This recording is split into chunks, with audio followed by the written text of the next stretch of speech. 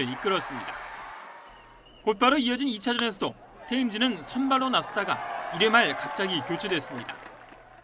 지난 24일 밤에 음주운전을 하다가 경찰에 적발된 사실을 구단이 뒤늦게 감독에게 전달해 이뤄진 조치입니다. NC는 테임즈가 24일 경기를 마치고 어머니와 식사를 하다가 칵테일을 마셨고 집으로 돌아가다가 단속에 걸려 면허 정지 처분을 받았다고 설명했습니다.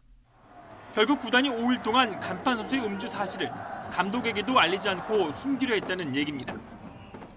테임즈는 오늘 열리는 한국야구위원회의 상벌위 결과에 따라 남은 정규리그뿐 아니라 포스트 시즌까지 출전하지 못할 가능성도 있습니다. 2013년에 1군에 합류해 4년째를 맞은 NC는 올해까지 3년 연속 플레이오프에 진출하며 빼어난 성적을 내고 있습니다. 하지만 올해 선발 투수 이태양이 승부 조작을 한 곳 드러나 퇴출됐고 이재학도 같은 혐의로 경찰의 조사를 받았습니다.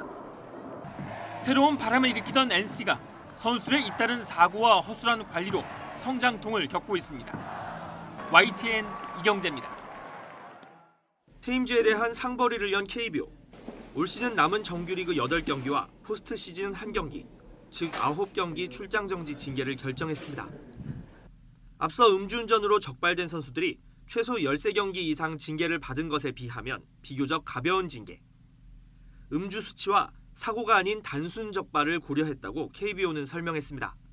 포스트 시즌 한 경기는 일반 정규리그 한 경기와는 비교할 수 없을 만큼 비중이 크기 때문에요. 그래서 앞의 사례에 비해서 결코 낮은 수위는 아니다라고 생각합니다. 하지만 여전히 입맛이 개운치 않은 이유, NC 구단의 은폐 논란 때문입니다. 테임즈는 지난 24일 음주운전 적발 직후 바로 구단에 관련 사실을 알렸습니다. 하지만 구단은 이 내용을 감독은 물론 KBO에도 전달하지 않았고 그 사이 테임즈는 계속 1군에 머물렀습니다. 어제 삼성과의 연속 경기 1차전에서는 3타점을 올리면서 팀 승리를 이끌기도 했습니다. NC 구단은 테임즈에 50시간 사회봉사와 $5,000 벌금을 매기고 관리 소홀에 대한 징계로 배석현 단장에게도 1개월 감봉을 결정했습니다. 하지만 추가 출장 정지는 없었습니다. 앞서 LG는 지난해 경찰의 음주 측정을 거부한 정찬원에게 3개월 출장 정지 징계를 내렸고 두산은 2010년 음주 뺑소니 사고를 낸 이용찬을 플레이오프 전력에서 제외했습니다. 테임즈의 시즌 아웃이라는 최악의 상황은 면한 NC. 하지만 참신한 마케팅과 뛰어난 성적으로 호평을 받았던 구단 이미지는 은폐 논란 속 흠집이 났습니다. YTN 박광렬입니다.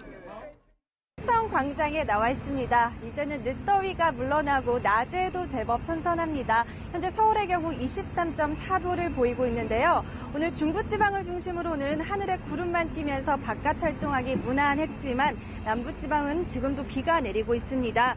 충청과 전북, 경북, 제주도에는 5에서 30mm, 전남과 경남에는 20에서 60mm, 남해안에는 최고 80mm의 비가 오겠습니다.